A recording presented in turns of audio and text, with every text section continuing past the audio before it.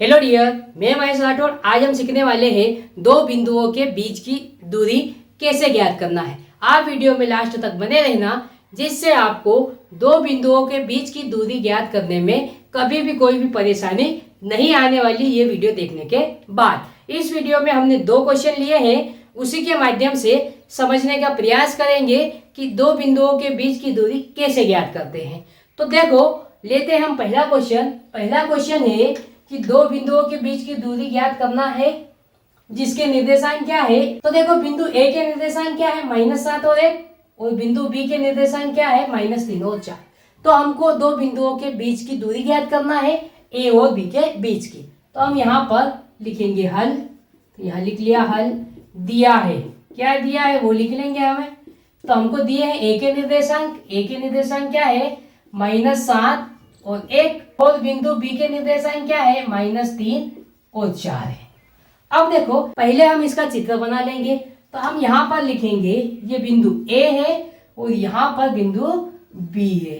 तो देखो, ए के निर्देशांक क्या है, -7 और 1, और बी के निर्देशांक क्या है, -3 और 4। हमको इन दो बिंदुओं के बीच की दूरी ज्ञात करना है, मतलब कि ये दूरी हमको क्या करना है, ज्ञात करना है।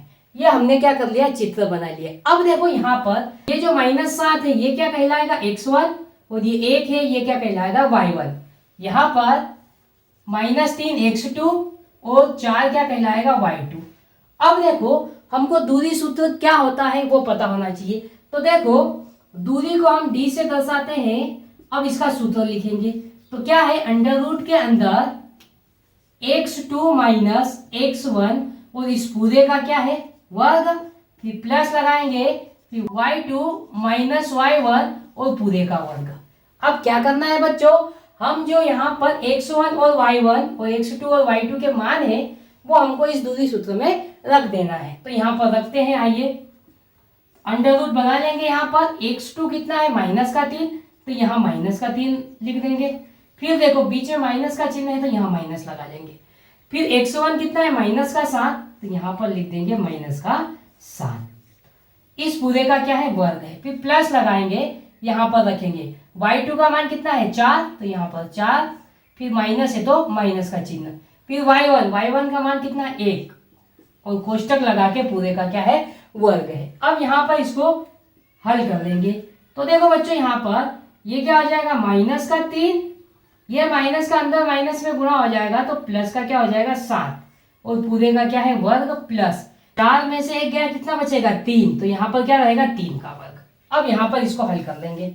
तो यहाँ पर देखो, √ के अंदर क्या आ जाएगा, 7 प्लस का है, 3 माइनस का है।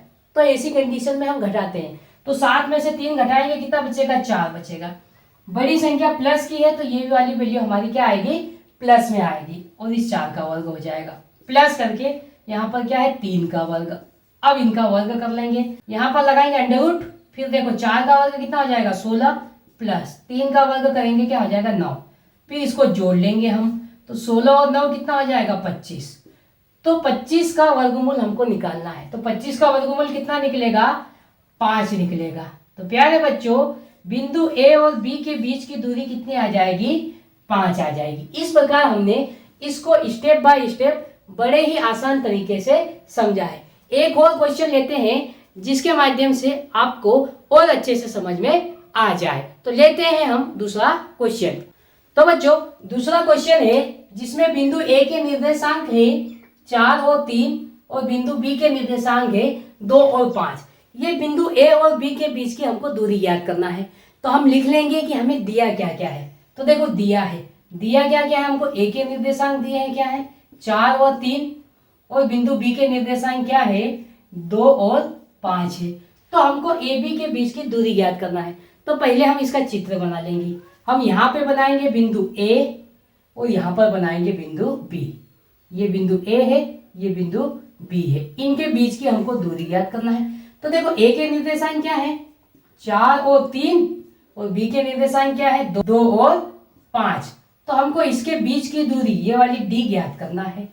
अब देखो, यहाँ पर ये जो मान है ये क्या होते हैं। तो प्यारे बच्चों, इसको हम कहते हैं x1, और ये क्या होता है, y1, और ये क्या होता है, x2 और y2। अब हम लगाएंगे कि दूरी सूत्र क्या होता है। तो देखो दूरी को हम d से दर्शाएंगे तो d बराबर होता है अंडर रूट के अंदर x2 माइनस x1 कोष्टक लगा के पूरे का वर्ग प्लस y2 माइनस y1 कोष्टक करके पूरे का वर्ग। ये होता है दूरी सूत्र। अब क्या करेंगे हम इस दूरी सूत्र में x1 y1 और x2 y2 का मान यहाँ पर रख देंगे।